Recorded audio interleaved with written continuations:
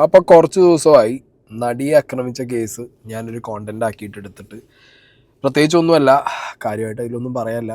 ഞാൻ പറയാനുള്ളതും ഞാൻ നിങ്ങളിലേക്ക് എത്തിക്കാൻ ഉദ്ദേശിച്ച ഒരു നറേറ്റീവ് ഓർ പേഴ്സ്പെക്റ്റീവ് ഒക്കെ ഞാൻ കൃത്യമായി എത്തിച്ചു എന്നുള്ളത് കൊണ്ടുമാണ് ഞാനൊന്ന് സ്റ്റോപ്പ് ചെയ്തിട്ടുണ്ടായിരുന്നത്.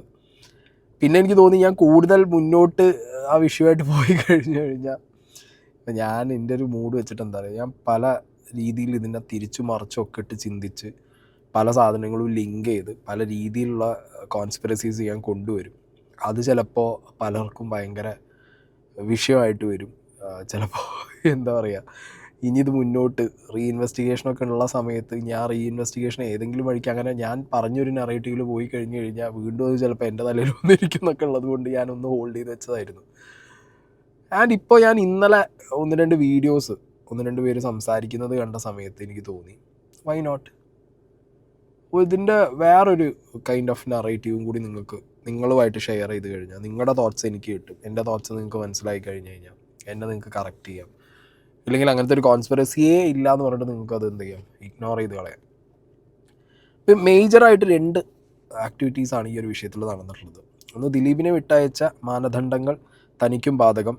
ഹൈക്കോടതിയെ സമീപിച്ച് നടിയെ ആക്രമിച്ച കേസിൽ പ്രതി മാർട്ടിൻ, 2ാം പ്രതിയായ മാർട്ടിൻ തന്നെയും വെറുതെ വിടണം എന്ന് പറഞ്ഞ്, അതായത് 8ാം പ്രതി ആയിരുന്ന ദിലീപിനെ എങ്ങനെയാണോ കോടതി വെറുതെ വിട്ടെ, ആ മാനദണ്ഡങ്ങൾ തന്നെ വെച്ച് തന്നെയും വെറുതെ വിടണം എന്ന് പറഞ്ഞിട്ടുള്ളൊരു ഹർജി ഫയൽ ചെയ്തു എന്നുള്ളത് കണ്ടിട്ടുണ്ട്. ഓക്കെ. പിന്നെ ഒന്ന്, ഡ്രോണ് പറത്തിയിരുന്നു ദിലീപിൻ്റെ വീടിൻ്റെ മുകളിൽ കൂടി. ആ പറത്തിയ എല്ലാ ചാനലുകാർക്കും എതിരെ ദിലീപിൻ്റെ സഹോദരി കേസ് കൊടുത്തിട്ടുണ്ട് എന്നുള്ളതും അറിയാൻ കഴിഞ്ഞു. ഓക്കെ. പിന്നെ സോഷ്യൽ മീഡിയ കഴിഞ്ഞ ദിവസങ്ങളിൽ ഏറ്റവും കൂടുതൽ ചർച്ച ചെയ്തൊരു വിഷ്വലാണ് ഈ സൈഡിൽ കാണുന്നത്. ശ്രീനിവാസൻ സാറിൻ്റെ ആ ഒരു ലാസ്റ്റ് സമയത്ത് ലാല് ശ്രീനിവാസൻ സാറെ കാണാൻ പോയ സമയത്ത് ദിലീപ് അവിടെ ഉണ്ടായിരുന്നു. അപ്പോൾ ദിലീപിനെ കണ്ട ടൈമിൽ ലാലും ദിലീപും പോയി കൈ കൊടുക്കുന്നു.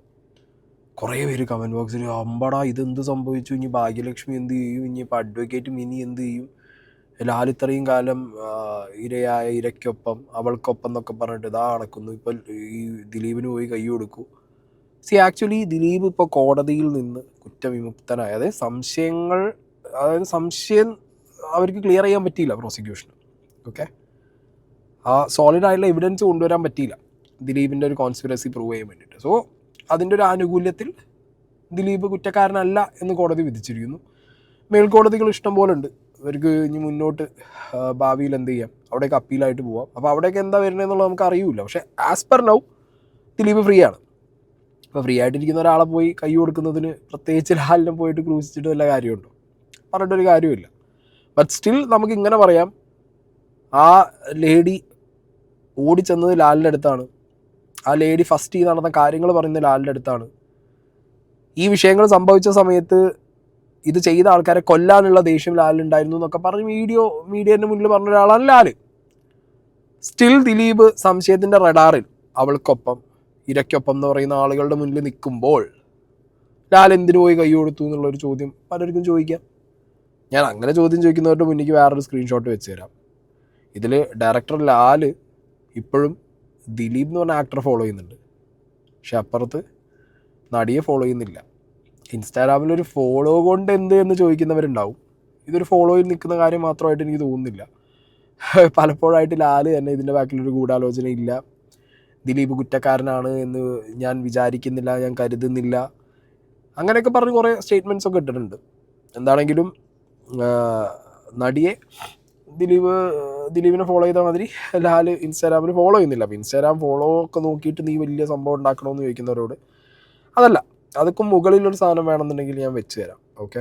അപ്പോൾ അതിന് വേണ്ടിയിട്ട് ഞാൻ ആദ്യമായിട്ട് നിങ്ങളെ കൊണ്ടുപോകുന്നത്, ഇവിടെ അഡ്വക്കേറ്റ് ആയിട്ട് ഇരയ്ക്കൊപ്പം ഉണ്ടായിരുന്ന അഡ്വക്കേറ്റ് മിനി, അവർ പറഞ്ഞൊരു കാര്യം, ഈ 2ാം പ്രതി മാർട്ടിൻ ഈ അടുത്ത് പുറത്ത് ഒരു വീഡിയോ ചെയ്തത് കണ്ടിട്ടുണ്ട്. ഞാൻ കണ്ടില്ല. ഒന്നാമത്തെ കാര്യം, ഈ ജഡ്ജ്മെന്റ് വരുന്നതിന് മുമ്പ് അയ്യോ പത്തോ എന്ന് പറഞ്ഞ് കരയാൻ വേണ്ടിയല്ല അയാൾ ചെയ്യണം. അയാൾ ഇതിൽ ക്രിമിനൽ.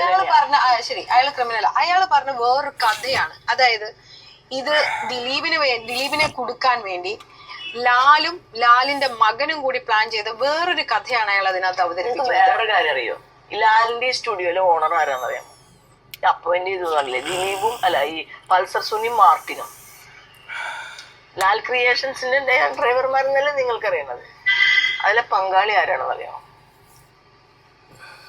പാർട്ട്ണർ ദിലീപ. മനസ്സിലായില്ലേ? അവരപ്പം ഏതായാലും ഇതൊന്നും കോടതിക്ക് വിഷയമേ അന്വേഷിച്ചിട്ടില്ല. ഇവരുണ്ടാക്കിയ ഈ കഥ ഇതിൽ ഇവന് വേണ്ടി ഉണ്ടാക്കിയതാന്ന് ആർക്കും അറിയാൻ പാടില്ല. ആ പയ്യനെ കൊടുക്കാൻ വേണ്ടിട്ട്. ഓക്കെ, അപ്പോൾ ഇത് ഏത് പയ്യനെ കൊടുക്കാനാന്നുള്ളത് വെച്ചാൽ ലാൽ ജൂനിയറിനെ കൊടുക്കാൻ വേണ്ടിയിട്ട്, ലാലിൻ്റെ മകനെ കൊടുക്കാൻ വേണ്ടിയിട്ട് മാർട്ടിൻ ഉണ്ടാക്കിയൊരു കഥയായിട്ടാണ് അഡ്വക്കേറ്റ് മിനി ഇതിവിടെ പറയുന്നത്. അഡ്വക്കേറ്റ് മിനി പറഞ്ഞൊരു കാര്യം, അതായത് ലാൽ ക്രിയേഷൻസിൻ്റെ ഓണർ ആണോ ദിലീപ്, അല്ലെങ്കിൽ ഒരു കോണറാണോ ദിലീപ് എന്നുള്ളത്, അതിനെക്കുറിച്ച് എനിക്ക് വലിയ ക്ലാരിറ്റി ഒന്നും ഇല്ലെങ്കിലും ഇതിന് മുമ്പത്തെ വീഡിയോയിൽ ഞാൻ നിങ്ങൾക്ക് കൃത്യമായി കാണിച്ചു തന്നൊരു കാര്യമുണ്ട്. ഇതിനകത്ത് DLS എന്ന് പറഞ്ഞിട്ടുള്ള ഇവരുടെ company, audio video magic system private limited, DLS, ഈ കമ്പനിയിൽ ഇവർ പാർട്ട്നേഴ്സാണ്. അതായത് ഈ കമ്പനിയുടെ ആദ്യത്തെ പാർട്ട്ണർഷിപ്പിൽ മഞ്ജു ഗോപാലകൃഷ്ണ പത്മനാഭ പിള്ളയായിരുന്നു എന്നുണ്ടെങ്കിൽ മഞ്ജു വാര്യരും ദിലീപും സെപ്പറേറ്റ് ആയതിനു ശേഷം അത് ഗോപാലകൃഷ്ണ പത്മനാഭ പിള്ളയും നാൻസി ലാലും രാധിക സുരേഷും ആയിരുന്നു. ഓക്കെ, അതവിടെ നിൽക്കട്ടെ. അപ്പോൾ ഇവർ ഈ അഡ്വക്കേറ്റ് മിനി പറഞ്ഞ ഇവരുടെ ഈ ബന്ധം, ലാലിൻ്റെയും നമ്മുടെ ദിലീപിൻ്റെയും ബന്ധം ഒരു ബിസിനസ് പാർട്ട്നേഴ്സ് ആണെന്നുണ്ടെങ്കിൽ ഓക്കെ, ഓബിയസ്ലി ഇൻസ്റ്റാഗ്രാമിൽ ഫോളോ ചെയ്തോ. നടിയായിട്ട് അങ്ങനത്തെ ബിസിനസ് പാർട്ട്ണർഷിപ്പ് ഒന്നും ഇയാക്കില്ലല്ലോ. ഓക്കെ, വേണ്ട. അപ്പോൾ ദിലീപുമായിട്ടുണ്ട്, അവർ ഫോളോ ചെയ്തു. ഇതേപോലൊരു ബിസിനസ് പാർട്ട്ണർഷിപ്പിനെ കുറിച്ച് എന്തുകൊണ്ട് അന്വേഷിച്ചില്ല എന്ന് അഡ്വക്കേറ്റ് ചോദിക്കുന്നുണ്ട്. ഇത് അന്വേഷിക്കേണ്ടത് അന്വേഷണ ഉദ്യോഗസ്ഥരാണ്. അവിടെയാണ് ഞാൻ പറഞ്ഞത്, ഇത് പോലീസ് സിസ്റ്റമാണ് ഇവിടെ ഫെയിലായത്. കോടതിയിൽ ഈ കേസ് പൊട്ടിയിട്ടുണ്ടെങ്കിൽ അന്വേഷണ ഉദ്യോഗസ്ഥർ കാണിച്ച അലംഭാവം. അന്വേഷണ ഉദ്യോഗസ്ഥർ രണ്ട് തട്ടിലാണ്, രണ്ട് ടീമായിട്ടാണ് ഈ സാധനം അന്വേഷിച്ചിട്ടുള്ളത്. ഒന്ന് ഒരാൾക്ക് വേണ്ടി നല്ല രീതിയിൽ ഉള്ള തെളിവുകളൊക്കെ തട്ടിക്കളഞ്ഞു, ഒന്ന് ഈ തട്ടിക്കളഞ്ഞ തെളിവ് എവിടെയെങ്കിലും കിട്ടുമോ നോക്കിയിട്ടു. ഇങ്ങനെ അന്വേഷിച്ച് കഴിഞ്ഞാൽ പരിപാടി നടക്കൂ? ഇങ്ങനെ അന്വേഷിച്ചാൽ പരിപാടി നടക്കില്ല. അല്ലെങ്കിൽ ഇത് തിരിച്ചു ആവും, ഒരാളെ പെടുത്താൻ വേണ്ടിയിട്ട് ഒരു ടീമും ഒരു ടീം ഇത് എങ്ങനെ നടന്നു എന്നുള്ളത് ജെന്യുവനായിട്ട് കണ്ടുപിടിക്കാനും. ഇങ്ങനെ രണ്ട് നെറേറ്റീവിൽ നമുക്ക് ചിന്തിക്കാം. എന്തായാലും പോലീസ് ഇത് രണ്ട് സെറ്റായിട്ടാണ് ഇത് അന്വേഷിച്ചിട്ടുള്ളത്. എന്തായാലും ഒറ്റക്കെട്ടായി നിന്ന് ഒറ്റ മൈൻഡ് വെച്ചിട്ട് പോലീസുകാർ ഇത് പ്രതിയെ പിടിക്കണം എന്ന് പറഞ്ഞ അന്വേഷിച്ച കേസൊന്നുമല്ല. മനസ്സിലായോ? ഇതിങ്ങനെ ഒരാളിലേക്ക് അങ്ങനെ, അതായത് പ്രൈം സസ്പെക്റ്റ് ആയിട്ടുള്ള വ്യക്തിയെ വരെ ക്ലീൻ ആൻഡ് ക്രിസ്പായിട്ട് ഇവരെന്ത് ചെയ്തിട്ടില്ല, ഇൻവെസ്റ്റിഗേറ്റ് ചെയ്തിട്ടില്ല. പൾസർ സുനിയുടെ പ്രീവിയസ് ഹിസ്റ്ററി, അയാൾ ചെയ്തു വെച്ച കാര്യങ്ങൾ, അയാൾ വന്ന ഹിസ്റ്ററി. കഴിഞ്ഞ ദിവസം തമാശയ്ക്ക് ഞാൻ മറ്റേ കല്യാണരാമനിലൊരു വിഷ്വലൊക്കെ എടുത്തിട്ട് വെറുതെ ചുമ്മാ തമാശയ്ക്ക് ഒരു സ്റ്റോറി ഇട്ടിട്ടുണ്ടായിരുന്നു. അത് പൾസർ സുനിയാണോ എന്ന് പോലും നമുക്കൊരു പിടുത്തവും ഇല്ല. എന്നാലും ചുമ്മാ ഒരു ക്ലിപ്പ് എടുത്തിട്ട് സ്റ്റോറി ഇട്ടിട്ട് അമ്പടാ നീയല്ലടാ അവൻ നമ്മുടെ ജിഞ്ചിൻ്റെ ആക്കടി എന്ന് പറഞ്ഞിട്ട്, അപ്പോൾ അത് കുറേ പേജിലൊക്കെ ഓടിയുന്നു ഈ സാധനം. അപ്പോൾ കുറേ ഇങ്ങനെ പൾസർ സുനിയാണോ എന്ന് നമുക്കറിയാൻ പാടില്ല കേട്ടോ, ജസ്റ്റ് ഒരു തമാശയ്ക്ക് ഇട്ടൊരു ഐറ്റമാണ്. വാട്ടെവർ, പൾസർ സുനിയുടെ ഒരു ഹിസ്റ്ററി. ഓക്കെ, ഇവൻ്റെ റൂട്ട്സ് എവിടെ നിന്ന് വരുന്നു? ഇവൻ ഇതിനു മുമ്പും ഇതേപോലത്തെ പരിപാടികൾ ചെയ്തിട്ടുണ്ട്, ആരോടൊക്കെ ചെയ്തിട്ടുണ്ട്. സുരേഷ് കുമാർ വന്ന് പറഞ്ഞു മേനകയെ എങ്ങനെ തട്ടിക്കൊണ്ടുപോകാൻ നോക്കിയിട്ടുണ്ട്. അങ്ങനെ കുറേ കേസുകൾ. പിന്നെ ലഹരിയുമായിട്ടുള്ളവൻ്റെ ബന്ധം. ആൻഡ് ഈ ലാലിൻ്റെ സിനിമ സെറ്റിൽ ഇവൻ ലഹരി കച്ചവടം നടത്തി എന്നുള്ള പോലീസ് ഇൻഫർമേഷൻ ആ സമയത്തുള്ള. അങ്ങനെ ആ സെറ്റുമായിട്ട് ബന്ധപ്പെട്ടിട്ട് തന്നെ കുറേ ദുരൂഹതകൾ ഇതിനകത്തുണ്ട്. മനസ്സിലായില്ല? അപ്പോൾ ഇത് പ്രൈം സസ്പെക്റ്റിനെ കുറിച്ചിട്ട് തന്നെ എന്തില്ല, പ്രൈമായിട്ട് ഈ കൃത്യം ചെയ്ത, ഈ ക്രൂരത ചെയ്ത ഇവനെ കുറിച്ചിട്ട് തന്നെ ഒരു രീതിയിലുള്ള ഒരു ഹിസ്റ്ററിയും അന്വേഷിച്ച് വെച്ചതുമായിട്ടോ അല്ലെങ്കിൽ അതിൻ്റെ കാര്യങ്ങൾ ഈ കേസുമായിട്ട് ലിങ്ക് ചെയ്തതായിട്ടൊന്നും ഞാൻ ആ വിധിന്യായം വായിച്ച സമയത്ത് എവിടെയും ഇത് പ്രോസിക്യൂഷൻ കൊണ്ടുപോയിട്ടോ അല്ലെങ്കിൽ പോലീസുകാർ കൊണ്ടുപോയി കൊടുത്തതായിട്ടൊന്നും അറിയാനോ കാണാനോ പറ്റിയില്ല. ശരിക്കും അങ്ങനെയാണ്. ഇത്ര ഒരു മേജർ ക്രൈം നടക്കുമ്പോൾ ഇയാളെ മോഡസ് എന്താണ്, ഇവൻ സ്ഥിരമായിട്ട് ഇത് ചെയ്യുന്നവനാണോ? അങ്ങനെയാണെങ്കിൽ ഇവൻ എന്ത് മോഡസ്, ഈ ടെമ്പോ ട്രാവലർ, ഇതൊക്കെ പിന്നെ മോഡസ് പെട്ട സാധനമാണ്. മനസ്സിലായില്ലേ? കൂട്ടമായിട്ട് ടെമ്പോ ട്രാവലർ ഇതേപോലെ നടിമാരെ തട്ടിക്കൊണ്ടുപോയി അവരുടെ വിഷ്വൽസ്, ഇതൊക്കെ മോഡസാണ്. ഇവൻ ഇത് ആർക്ക് വേണ്ടി ചെയ്തിട്ടുണ്ട് ഇതിന് മുമ്പ്, ആരൊക്കെ അവനെ യൂസ് ചെയ്തിട്ട്, ഇതൊക്കെ അന്വേഷിക്കായിരുന്നു പോലീസിന്. ഇതൊന്നും അന്വേഷിച്ചിട്ടില്ല. അങ്ങനത്തെ സാഹചര്യത്തിൽ ഇവർ 8ാം പ്രതിയുടെ ഗൂഢാലോചന എന്ന് പറഞ്ഞിട്ട് അവിടെ മാത്രം ടാർഗറ്റ് ചെയ്ത് 8ാം പ്രതിയായ ദിലീപിലേക്ക് മാത്രം ഫോക്കസ് ചെയ്ത് പോയപ്പോഴാണ് സത്യം പറഞ്ഞ ഈ കേസ് വീണത്. മനസ്സിലായോ? ഒരു ഗൂഢാലോചന തെളിയിക്കാൻ വേണ്ടി ഇവരോട് പോയി. എന്തിനാ ആ ഗൂഢാലോചന തെളിയിക്കണം? എന്തിനാ അയാളുടെ ഗൂഢാലോചന? കിട്ടാത്ത സാധനം എന്തിനാ തെളിയിക്കണം? ഇവിടെ കിട്ടാൻ തക്കവണ്ണം കപ്പാസിറ്റി ഉള്ള ഗൂഢാലോചന സിദ്ധാന്തങ്ങൾ ഉണ്ടായിരുന്നുള്ളതിനകത്ത് ഉണ്ട്. ഇതിൽ നമുക്ക് ചിന്തിച്ചെടുത്താൽ ഒരുപാട് പേര് വേറെ കുറേ ഗൂഢാലോചനകൾ വെച്ചിട്ട് ഇതിൻ്റെ ഉള്ളിൽ കളിച്ചിട്ടുണ്ട് എന്നുള്ളത് വേണമെന്നുണ്ടെങ്കിൽ വളരെ തെളിയിക്കാൻ പറ്റുന്ന രീതിയിലുള്ള ഐറ്റം കൂടിയായിരുന്നു അത്. അതിലേക്കൊന്നും പോലീസ് തൊട്ടതായിട്ട് എനിക്ക് തോന്നിയിട്ടില്ല. ഓക്കെ, അതിലൊരു മെയിൻ സാധനമാണ് ഈ പറഞ്ഞ DLS, audio video magic system private limited. ഇത് സ്റ്റിൽ വർക്കിംഗ് ആണെന്നാണ് എനിക്ക് അറിയാൻ കഴിഞ്ഞത്. എന്താണെങ്കിലും ഇതിൽ ദിലീപും പാർട്ട്ണറാണ്, ലാലും പാർട്ട്ണറാണ്, പിന്നെ ഈ പറഞ്ഞ ഒരു സുരേഷ്. ഈ സുരേഷ് ആരാന്നുള്ളത് still I am confused. Radhika Suresh, എനിക്കറിയുന്ന രാധിക സുരേഷിനെ നോക്കി പോയി കഴിഞ്ഞ് കഴിഞ്ഞാൽ മിനിസ്റ്റർ ലെവലിൽ സാധനങ്ങൾ പോകുന്നുള്ളതുകൊണ്ട് ഞാനിപ്പോൾ അതിലേക്കൊന്നും ഞാൻ പറയുന്നില്ല, പേരുകളും പറയുന്നില്ല, ആളുകളും പറയുന്നില്ല. ഇനി ഈ DLS audio video magic system അല്ലെങ്കിൽ ലാൽ ക്രിയേഷൻസ് ഒക്കെ കണക്ട് ചെയ്യാൻ പറ്റിയ ഇതൊരു ഇമ്പോർട്ടൻറ്റ് സാധനം കേട്ടോ ഈ വീഡിയോൻ്റെ, എൻ്റെ വീഡിയോൻ്റെ. അവിടെ അഡ്വക്കേറ്റ് മിനി പറഞ്ഞത് എന്താ, ഈ പറഞ്ഞ പൾസർ സുനി അടക്കം മാർട്ടിൻ അടക്കമുള്ളവർ ഡ്രൈവറായി ജോലി ചെയ്യുന്ന ലാൽ ക്രിയേഷൻസ് എന്ന് പറഞ്ഞ കമ്പനിയുടെ കോണർ ആരാ നിങ്ങളൊന്ന് അന്വേഷിച്ച് നോക്കും, പാർട്ട്ണർ ആരാന്ന് അന്വേഷിച്ച് നോക്കും. ഇപ്പുറത്തെ സൈഡിൽ നമുക്ക് എവിഡൻസോട് കൂടി പറയാം DLS ഓഡിയോ വീഡിയോ മാജിക് സിസ്റ്റത്തിനകത്ത് ഇവർ പാർട്ട്നേഴ്സ് ആണെന്നുള്ളത്. ആൻഡ് ഇവരിപ്പോഴും നല്ല ടച്ചിലാണ്, ആ ടച്ച് ഇവർ വിട്ടിട്ടേ ഇല്ല. ഈ ഒരു പോർഷൻ നിങ്ങൾ കേൾക്കണം. 820 പാരഗ്രാഫിലാണ് ഈ പറയുന്നത്. അതായത് ബാലേന്ദ്രകുമാറാണ് പറയുന്നത്, പ്രോസിക്യൂഷൻ ഏറ്റവും പ്രധാനമായിട്ട് ആശ്രയിച്ചിരുന്ന സാക്ഷി PW222 ആണ് പറയുന്നത് ഈ ദൃശ്യങ്ങൾ ലാൽ മീഡിയയിൽ എത്തിയിരുന്നു എന്ന് പറയുന്നത്. അവിടെ നിന്നാണ് ഇതിൻ്റെ ശബ്ദം ആംപ്ലിഫൈ ചെയ്തതെന്നാണ് പറയുന്നത്. ഇത് പറയാൻ കാരണം ഞാൻ അതിൻ്റെ ക്രോണോളജി പറയാം. അതായത് ബാലേന്ദ്രകുമാർ 2021 ജനുവരി 25 വെളിപ്പെടുത്തൽ നടത്തിയ ശേഷം അയാളുടെ വെളിപ്പെടുത്തലുടെ അടിസ്ഥാനത്തിൽ പോലീസ് പുതിയ കേസെടുത്ത് ഉദ്യോഗസ്ഥരെ ആക്രമിക്കാൻ ശ്രമിച്ചു, പോലീസ് ഉദ്യോഗസ്ഥരെ വധിക്കാൻ ദിലീപ് ശ്രമിച്ചു എന്നുള്ള പുതിയ കേസ് രജിസ്റ്റർ ചെയ്ത് ആ കേസും പഴയ കേസിലും തുടരന്വേഷണം ഒക്കെ ആയിട്ട് മുന്നോട്ട് പോകുകയായിരുന്നു. ഈ ഘട്ടത്തിലാണ് ബാലേന്ദ്രകുമാർ പറയുന്നത് ഇത് 15/11/2017, അതായത് ദിലീപ് അറസ്റ്റിലായി ജാമ്യത്തിലിറങ്ങിയ ശേഷമുള്ള ഏതാണ്ട് 2 മാസത്തിനുള്ളിൽ ദിലീപിനെ വീട്ടിൽ വെച്ച് ഈ ദൃശ്യങ്ങൾ കാണുമ്പോൾ താൻ സാക്ഷിയായിരുന്നു എന്ന് പറയുന്നത്. ദിലീപ് കുടുംബസമേതം ഈ ദൃശ്യങ്ങൾ വീട്ടിലിട്ട് കണ്ടു എന്ന് പറയുന്നത്. പക്ഷേ അതിന് യാതൊരു തെളിവും അയാൾക്ക് കൊണ്ടുവരാൻ കഴിഞ്ഞിട്ടില്ല. അതേസമയം തന്നെ കോടതി ചോദിക്കുന്നുണ്ട്, നടിയെ ആക്രമിച്ച സംഭവത്തിന് തൊട്ടു പിന്നാലെ പൾസർ സുനി ഈ ദൃശ്യങ്ങൾ ലക്ഷ്യയിൽ, കാവ്യ മാധവൻ്റെ കടയെ ലക്ഷ്യയിൽ എത്തിച്ചിരുന്നു എന്ന് പറയുന്നുണ്ട്. അത് 22/2/2017 അതായത് 2017 ഫെബ്രുവരി മാസം തന്നെ ദിലീപിൻ്റെ വീട്ടിൽ ഈ ദൃശ്യങ്ങൾ നിങ്ങൾ പ്രോസിക്യൂഷൻ പറയുന്നത് പ്രകാരം തന്നെ എത്തിയിരുന്നുവെങ്കിൽ പിന്നെ എന്തിന് 11-ാം മാസം ഇവരെ ദിലീപ് കാത്തിരുന്നിട്ട് ഈ ബാലേന്ദ്രകുമാറിൻ്റെ സാന്നിധ്യത്തിൽ ഇത് കുടുംബസമേതം കാണാൻ പോയി എന്ന് ചോദിക്കുന്നുണ്ട്. അതായത് അന്ന് ബാലേന്ദ്രകുമാറിൻ്റെ മൊഴിയിൽ പറഞ്ഞ ദിലീപ് വളരെ ആകാംക്ഷയോടെ എല്ലാവരും കാത്തിരുന്നു. ദിലീപും ഈ ദൃശ്യങ്ങൾക്കായി ബാലേന്ദ്രകുമാർ ഉള്ളപ്പോൾ വീട്ടിൽ വെയിറ്റ് ചെയ്യുമായിരുന്നു. അപ്പോൾ A15 ഇതിൽ പിന്നീട് പ്രതി ചേർക്കപ്പെട്ട ശരത് എന്ന് പറഞ്ഞ സാക്ഷിയാണ് ഈ ദൃശ്യങ്ങളുമായി വരുന്നു. അവരൊരുമിച്ചിരുന്ന് കാണാൻ പോകുന്നു കുടുംബസമേതം. അപ്പോൾ ബാലേന്ദ്രകുമാർ അടുത്ത് കാണുന്നു എന്ന് ചോദിക്കുന്നു. എന്താണെന്ന് ചോദിക്കുമ്പോൾ പൾസർ സുനിയുടെ ക്രൂരകൃത്യങ്ങൾ എന്ന് പറയുന്നു. പറഞ്ഞ് ദിലീപ് അതിരുന്ന് കാണുന്നു. ഇദ്ദേഹം ബാലേന്ദ്രകുമാർ ഞാൻ കാണാൻ കൂട്ടാക്കിയില്ല എന്നാണ് ബാലേന്ദ്രകുമാർ പറയുന്നത്. പക്ഷേ he also stated that the voice in the video was amplified at Lal media എന്ന് പറയുന്നത്. നമുക്കറിയാം എറണാകുളത്തുള്ള നടന നിർമ്മാതാവുമായ ലാലിൻ്റെ ഉടമസ്ഥതയിലുള്ള സ്ഥാപനമാണ് ഈ ലാൽ മീഡിയ, എഡിറ്റിംഗ് സ്റ്റുഡിയോ ആണ്. അവിടെ ഇതിൻ്റെ ഓഡിയോ ആംപ്ലിഫൈ ചെയ്തിട്ടുണ്ടെന്നാണ് പറയുന്നത്. കാരണം ഓഡിയോ വളരെ ഫീബിളായിരുന്നു, വളരെ ലെവൽ താന്നായിരുന്നു ഓഡിയോ ഇരുന്നത്. അത് ഓഡിയോ എൻഹാൻസ് ചെയ്യാൻ വേണ്ടി, ആംപ്ലിഫൈ ചെയ്യാൻ വേണ്ടി അവിടെ എത്തിച്ചു എന്നാണ് PW222 ബാലേന്ദ്രകുമാർ പറയുന്നത്. അതിൽ അന്വേഷണ ഉദ്യോഗസ്ഥനോട് കോടതി ചോദിക്കുന്നുണ്ട്. പക്ഷേ അതിൽ ഈ ബാലേന്ദ്രകുമാറിൻ്റെ ഈ മൊഴിയുടെ മേൽ അന്വേഷണം നടത്തിയിട്ടില്ല എന്നാണ് അന്വേഷണ ഉദ്യോഗസ്ഥൻ ബൈജു പോലീസ് കോടതിയിൽ പറയുന്നത്. PW261 admitted that no investigation is conducted about this alleged amplifying a voice at Lal Media Studio എന്നാണ് പറയുന്നത്. അന്വേഷണ ഉദ്യോഗസ്ഥനോട് ചോദിക്കുന്നുണ്ട്, ഈ സ്ഥാപനത്തിന് നടത്തിപ്പുകാരനായ PW5, അതായത് ലാൽ എന്ന് പറഞ്ഞാൽ ആൻഡ് ഹിസ് അസോസിയേറ്റ്സ്, അയാളുടെ കൂടെയുള്ളവരെല്ലാവരും cooperated with the investigation of this case effectively from the very inception. അവരെല്ലാം വളരെ കാര്യമായി അന്വേഷണവുമായി സഹകരിച്ചിരുന്നു എന്ന് നിങ്ങൾ പ്രോസിക്യൂഷൻ അല്ലേ പറയുന്നത്. എന്നിട്ടും പിന്നെ എന്താണ് അവരോട് ഇതിനെക്കുറിച്ച് ചോദിക്കാത്തത്? വളരെ ന്യായമായൊരു ചോദ്യമല്ലേ? ഓക്കെ, ഇത് വിധിന്യായത്തിൻ്റെ പകർപ്പ് എൻ്റെ കയ്യിലുണ്ട്. ഞാൻ നോക്കുന്ന സമയത്ത് ഞാനിവിടെ വിധിപ്പകർപ്പ് കംപ്ലീറ്റ്ലി സൈഡിൽ കാണിക്കാൻ പറ്റുമെന്ന് എനിക്കറിയില്ല.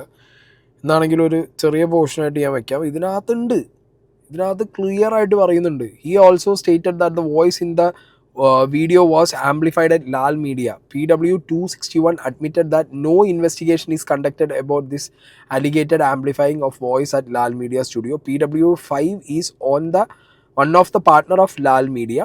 അതായത് ഇതിൽ കൃത്യമായിട്ട് പറയുന്നുണ്ട് PW5 is one of the partner of the Lal Media. PW261 admitted before the court in evidence that PW5 and all his associates cooperated with the investigation of this case efficiently from the very inception എന്നുള്ളത്. അതായത് ലാലും ലാലിൻ്റെ ബന്ധപ്പെട്ട ആളുകൾ, മകനടക്കം ലാലിൻ്റെ ബന്ധപ്പെട്ട ഈ Lal media ആയിട്ട് ബന്ധപ്പെട്ട എല്ലാവരും ഈ അന്വേഷണവുമായിട്ട് കൃത്യമായിട്ട് സഹകരിച്ചിരുന്ന ആളുകളായിരിക്കെ ബാലചന്ദ്രകുമാർ പറയുകയാണ് ഈ വീഡിയോ, ഇപ്പോൾ ബാലചന്ദ്രകുമാറിൻ്റെ വേർഷനിൽ ബാലചന്ദ്രകുമാർ ഈ വീഡിയോ കണ്ടിട്ടില്ല.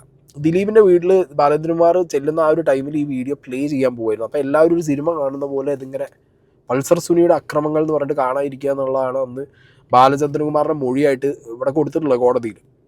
അങ്ങനെ ഇരിക്കുന്ന സമയത്ത് ബാലചന്ദ്രകുമാർ ഇത് കണ്ടിട്ടുമില്ല, അവരിത് കാണുന്നുമുണ്ട്. ഇതിൽ വേറൊരു സാധനമുണ്ട്, ലക്ഷ്യയിൽ ആദ്യം കൊണ്ടുപോയി കൊടുത്തു ഈ പറഞ്ഞ വിഷ്വൽസ് എന്ന് പറഞ്ഞിട്ട് അന്ന് ആ വിഷ്വൽസ് കയ്യിൽ കിട്ടിയിട്ട് അവർ ഇത്രത്തോളം ആ ഇൻസിഡൻറ്റ് കഴിഞ്ഞ് അപ്പം തന്നെ അത് ലക്ഷ്യം കിട്ടിയിട്ടുണ്ടെങ്കിൽ, ആ വിഷ്വൽസ് കിട്ടിയിട്ടുണ്ടായിരുന്നെങ്കിൽ അന്ന് കാണേണ്ടതല്ലേ.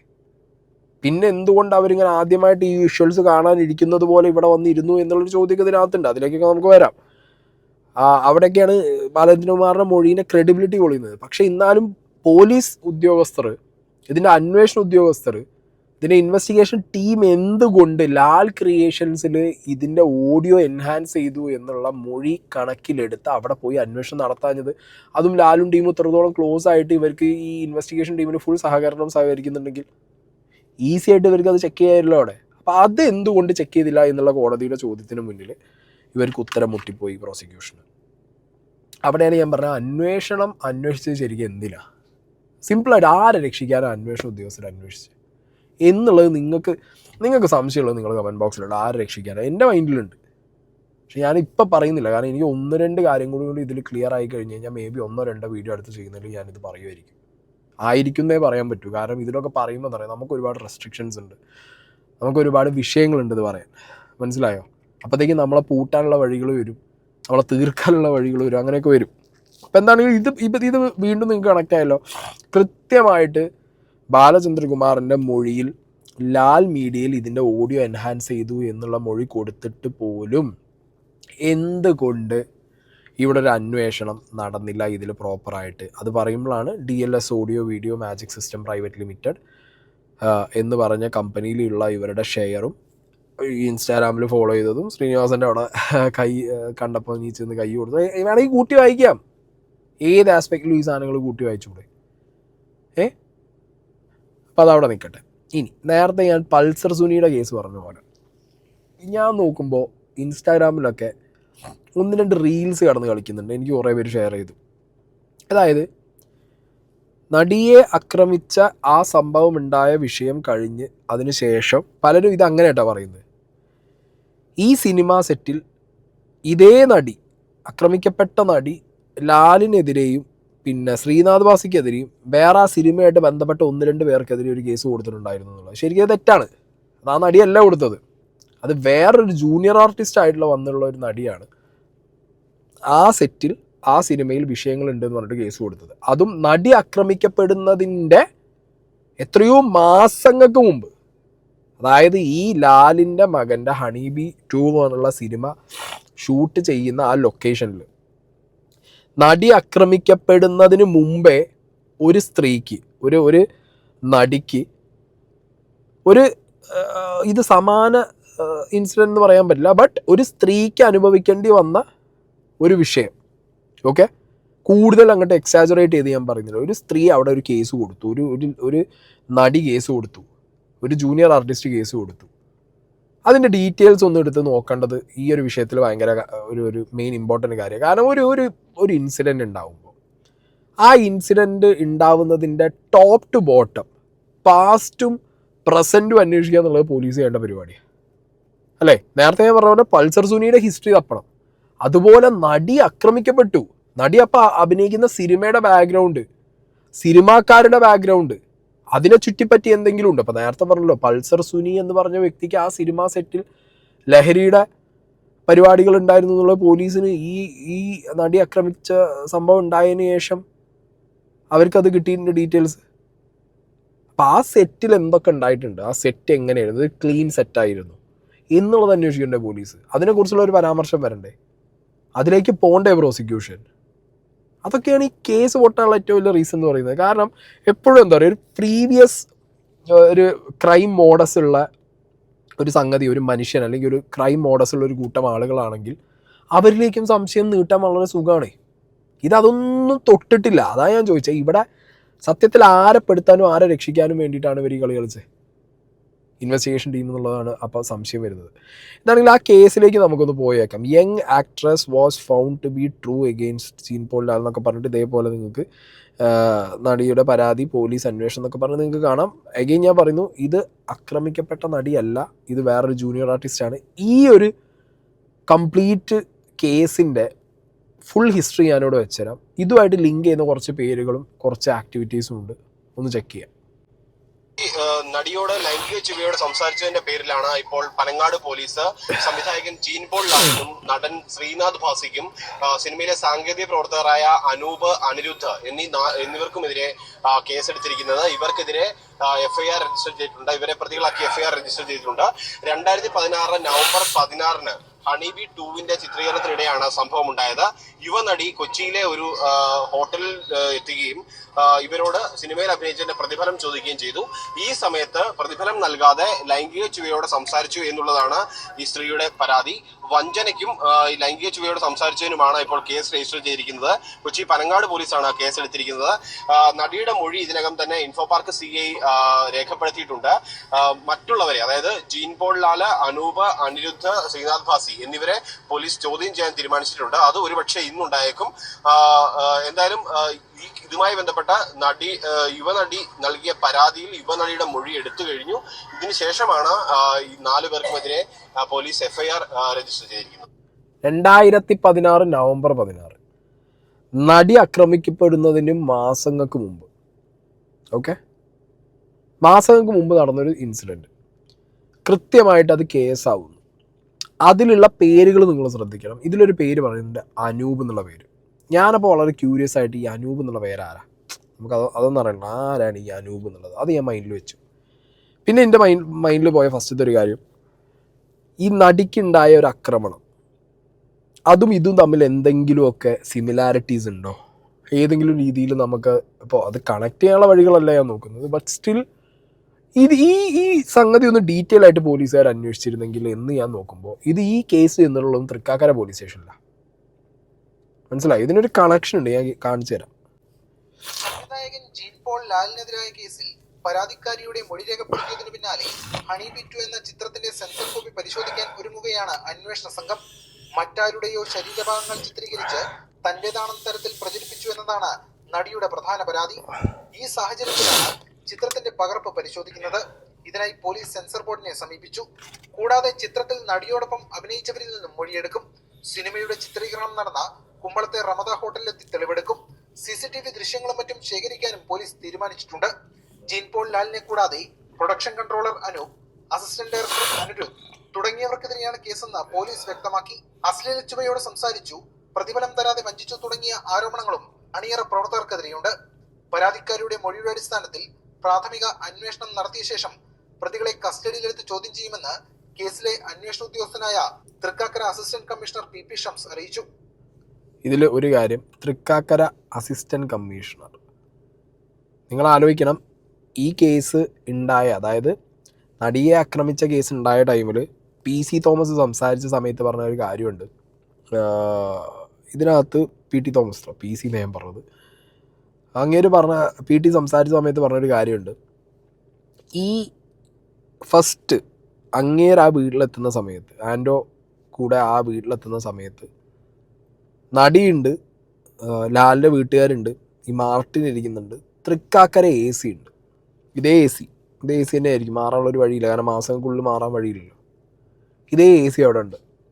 അപ്പോൾ ഈ പോലീസ് ഉദ്യോഗസ്ഥന് കൃത്യമായിട്ട് അറിയാം ഈ സിനിമാ സെറ്റും ഈ സിനിമാക്കാർക്കും എതിരെ വേറൊരു കേസ് മാസങ്ങൾക്ക് മുമ്പുണ്ട് എന്നുള്ളത്. കാരണം ആ കേസിൻ്റെ പേരിൽ ഇവർ കണക്റ്റഡ് ആയിരിക്കാനുള്ള ചാൻസ് ഉണ്ട്, ഇല്ലേ? ഓബിയസ്ലി കാണും. കാരണം ആ കേസ് എന്ന് പറഞ്ഞു കഴിഞ്ഞാൽ നടി ആക്രമിക്കുന്നതിന് മുമ്പ് നടന്നൊരു കേസാണ്. ഫൈൻ.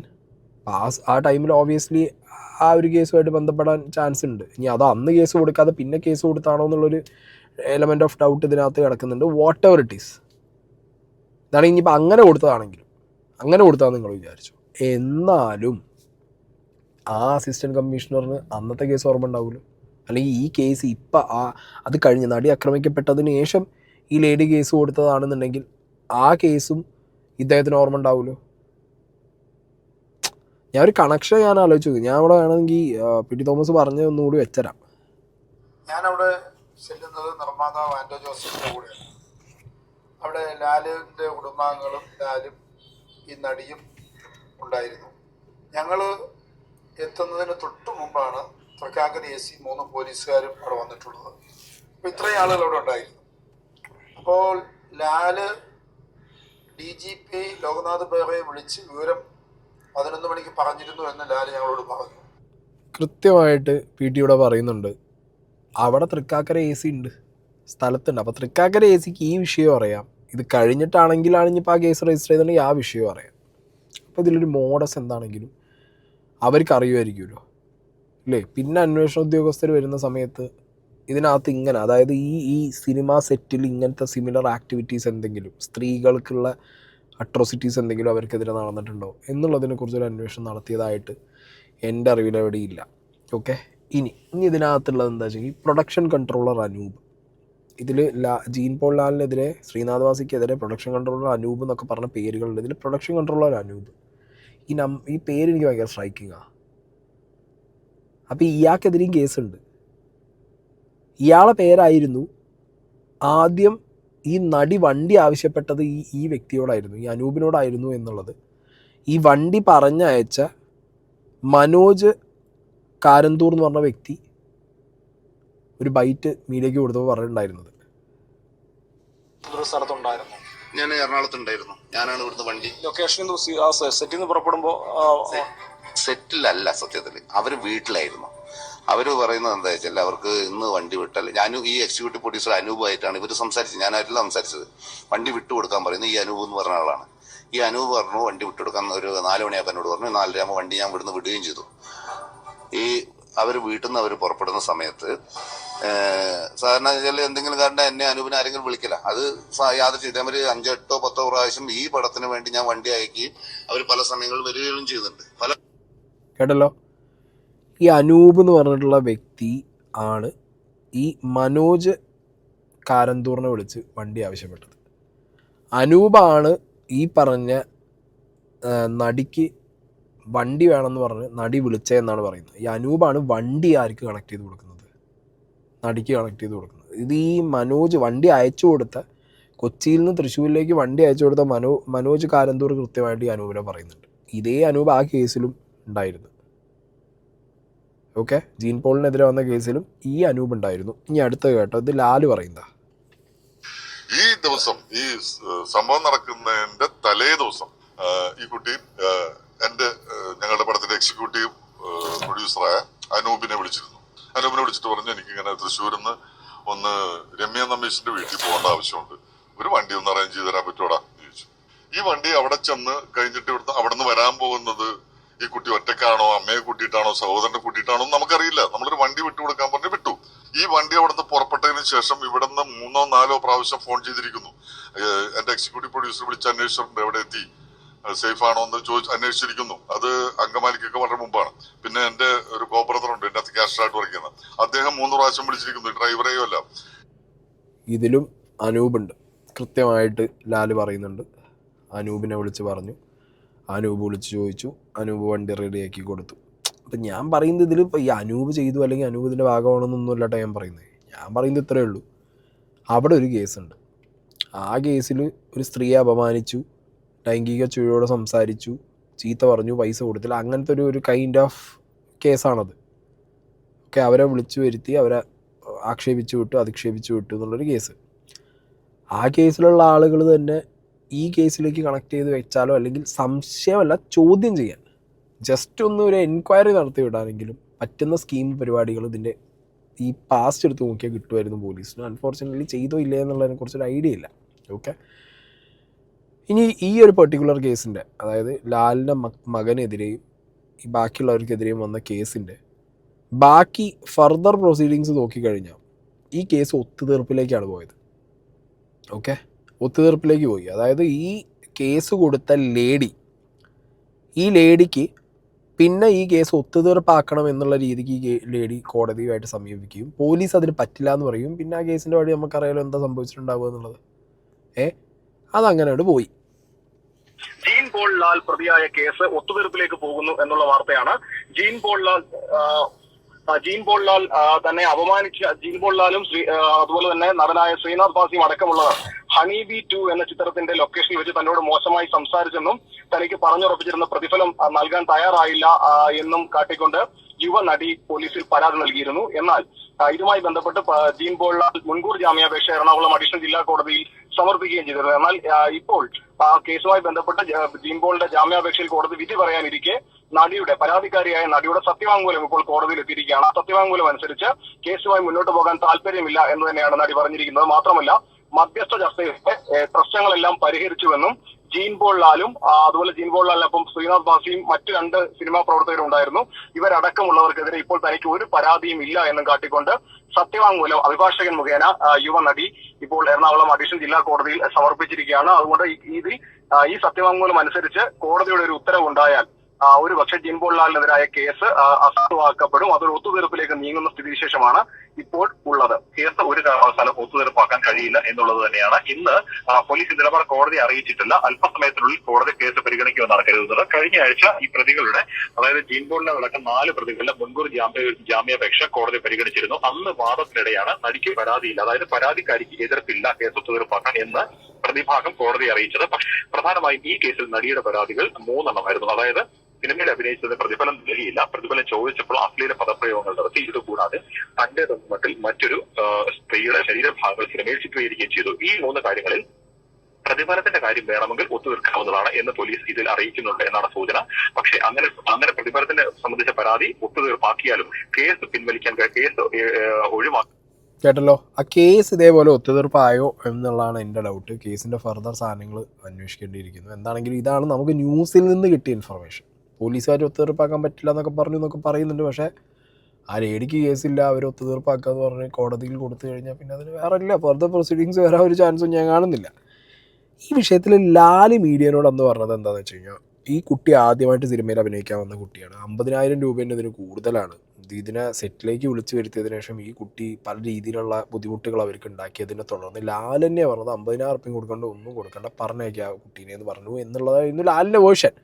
ഓക്കെ, അത് കഴിഞ്ഞതിന് ശേഷം ലാൽ മീഡിയനോട് പറഞ്ഞ കുറച്ച് കാര്യങ്ങളുണ്ട്. ഞാനെന്നിട്ട് പറഞ്ഞു നമുക്ക് 25 രൂപ 50 രൂപ വേണമെങ്കിൽ കൊടുത്തേക്കും, എന്നാലും കുഴപ്പമില്ല. അപ്പോൾ അവള് പറഞ്ഞു ഇല്ല, 10 ലക്ഷം രൂപ നഷ്ടപരിഹാരം തരണം, പിന്നെ ജെയിനും അനൂപും TV-യിൽ വന്നിരുന്ന് മാപ്പ് കുറയും വേണം.